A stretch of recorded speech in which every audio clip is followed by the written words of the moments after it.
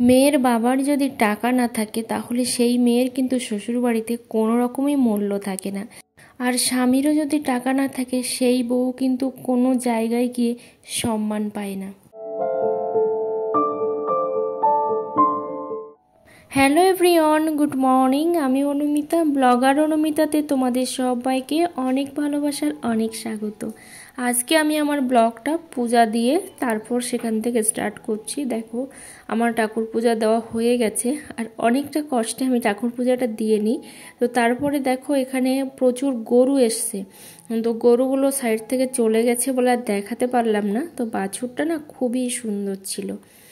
তারপর এখন বাজে কটা জানো তো? এখন বাজে হচ্ছে 11:30। আমি এখন সকালের জন্য ভাত খাবো। তো ভাত খেতে বসবো, কিন্তু এতটাই কষ্ট হচ্ছে যে কি বলবো। কাছে দূরে যে যেখান থেকে আমার ভিডিওটা দেখছো সবাইকে অনেক ভালোবাসার অনেক স্বাগত জানাই। আই হোপ তোমরা খুব ভালো আছো, সুস্থ আছো।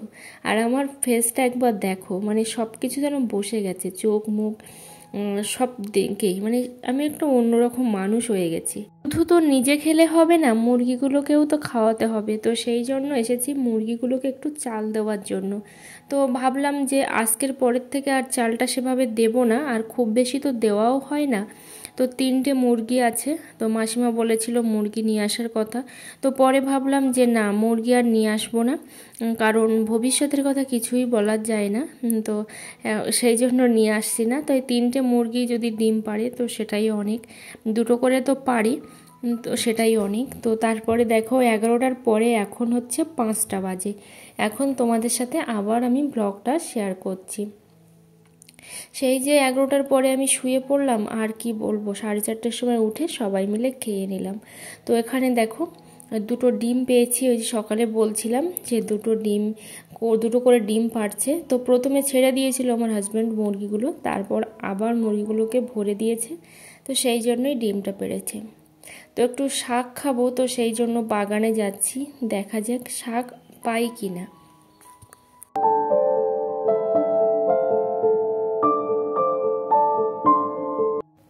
একটা দিদিভাই কমেন্ট করেছে যে অ্যাকচুয়ালি কি হয়েছে বলো তো, বা লিংক দিও কি হয়েছে, কিছু বুঝতে পারছি না, আপসেট কেন এত।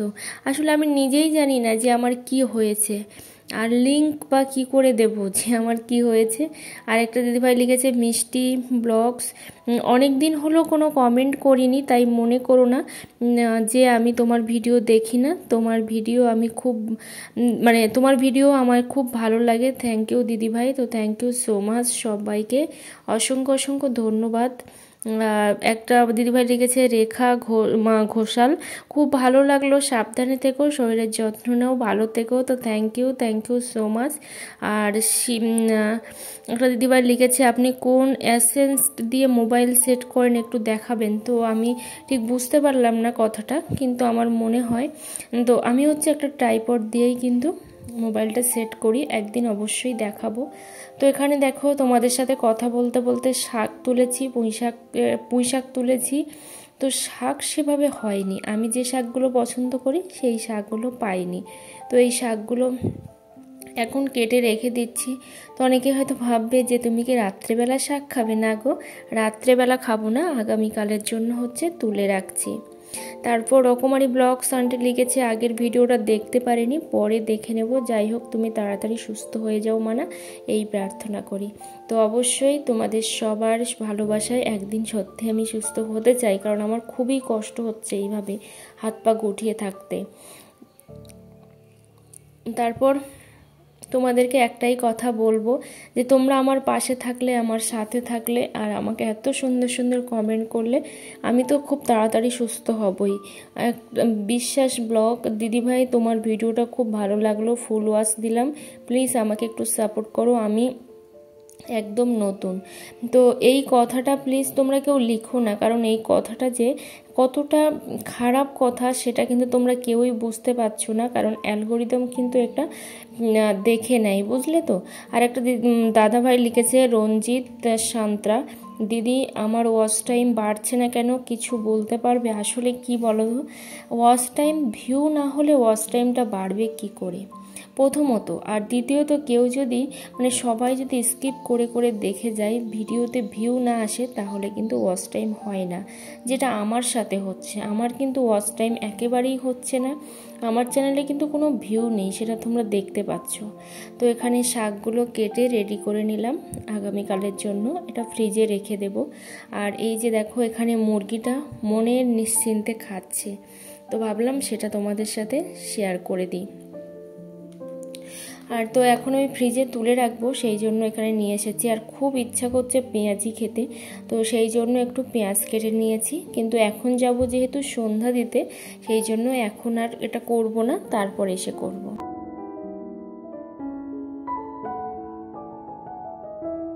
একটা সত্যি কথা কি জানো তো, শুনতে খারাপ লাগলেও এটাই সত্যি।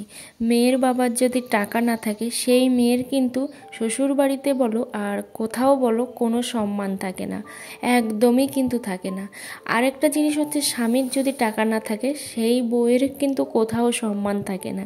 এটা শুনতে খারাপ লাগলেও এটা তোমরা মিলিয়ে দেখবে যে আমি কথাগুলো ভুল বলছি কি না। তোমরা যেখানেই যাও না কেন, স্বামীর যদি টাকা না থাকে, তাহলে কিন্তু সবাই যেমন অপমান করে, মানে সামনে সামনে হয়তো অপমান করলো না, কিন্তু তাদের চোখ মুখের ইশারা দেখেই কিন্তু তোমরা বুঝতে পারবে যে ঠিক কতটা অপমান করছে বা তোমাদেরকে ইগনোর করে যাচ্ছে। সেমভাবে যদি মেয়ের বাবার টাকা না থাকে, তাহলেও কিন্তু কোথাও মানে সেটা কোনো আত্মীয় স্বজনের বাড়ি হোক কিংবা শ্বশুর বাড়িতে হোক, কেউই কিন্তু ভ্যালু দেয় না।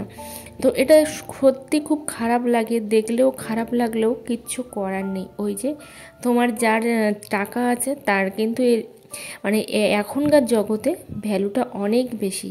সে খারাপ হলো ভালো হলো তাতে কিন্তু কারোরই কোনো যায় আসে না, যায় আসে শুধু টাকার। যার টাকা আছে তার সম্মান আছে, আর সে ভালো লোক নাওই হতে পারে, কিন্তু যার টাকা নেই তার কিন্তু সম্মান নেই। আর একটা জিনিস কি বলো তো, তোমার যতদিন টাকা থাকবে, তুমি যতদিন মানুষকে খাওয়াতে পারবে, মানুষ কিন্তু সবসময় তোমার পিছন পিছন ঘুরবে। এটা কিন্তু আমাদের সাথে হয়েছে বা হয়, সেই জন্যই কিন্তু বলছি। আর যখন তোমার টাকা থাকবে না বা খুব খারাপ সময় চলবে, তখন দেখবে তোমার কাছের মানুষগুলোও তোমাকে ইগনোর করে যাবে। তুমি সেই জিনিসগুলো বুঝতে পারলেও কিছু করার নেই, ভগবানকে ডাকা ছাড়া আর কোনো পথ নেই। তো সেই জায়গায় দাঁড়িয়ে সবসময় চেষ্টা করি যে যদি কিছু করতে পারতাম, যদি কিছু চেষ্টা করে তার ফলটা কিছু পেতাম, তাহলে হয়তো বাবার সম্মানটাও রক্ষা করতে পারতাম, স্বামীর সম্মানটাও রক্ষা করতে পারতাম।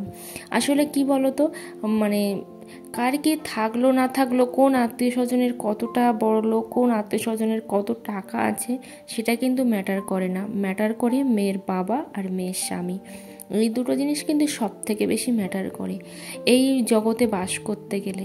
শুনতে খারাপ লাগলেও এটাই সত্যি। তো তোমাদের সাথে কথা বলতে বলতে এখানে আমি পেঁয়াজিটা ভাজছি। আর জানি না কেন এত পেঁয়াজি খেতে ইচ্ছা করছে, তো সবসময় মনে হচ্ছে একটু ভাজা খাই আর একটু ঝাল খাই, এটাই মনে হচ্ছে। মানে শরীরটা এতটাই খারাপ যে মনে হয় যে একটু ঝাল ঝাল বেশি কিছু হলেই বোধহয় ভালো হয়। তো এখানে দেখো কথা বলতে বলতে ওইদিকে একটা খোলা বসিয়ে দিয়ে এসেছি পেঁয়াজির, মানে 5টা পেঁয়াজ কেটেছি, তাহলে বুঝতে পারছো কতটা। গ্যাসের ফ্লেমটা একেবারে লো করে নিয়ে এখানে কিন্তু আমি এইটা এখন ধুয়ে নিচ্ছি, কারণ এটা ধুতে ধুতে ওইটা ঠিকঠাক করে ভাজা হয়ে যাবে। আর তোমরা যে আমাকে এত সুন্দর সুন্দর কমেন্ট করেছো, তার জন্য আমি কি বলবো, মানে আমার বলার ভাষা নেই। আর প্রান্তিক বিশ্বাস, ওই দিদিভাইটা যে কমেন্ট করেছে, সেই কমেন্টটা আমি জানি না, তোমাদের সবার যদি আশীর্বাদ থাকে, তাহলে যদি সব কিছুই ঠিক থাকে তাহলে ভালো, কারণ সবাই তো চায়, তাই না বলো। আর আমি ঘুম থেকে উঠে যে কমেন্টটা পড়েছি, যে আমার এতটা ভালো লাগছে, কিন্তু আমি আনন্দিত হতেও পাচ্ছি না, এরকম একটা ব্যাপার। সত্যি সব কিছু ভোলে বাবার ইচ্ছা, ভোলে বাবা যেটাই চাইবে সেটাই হবে।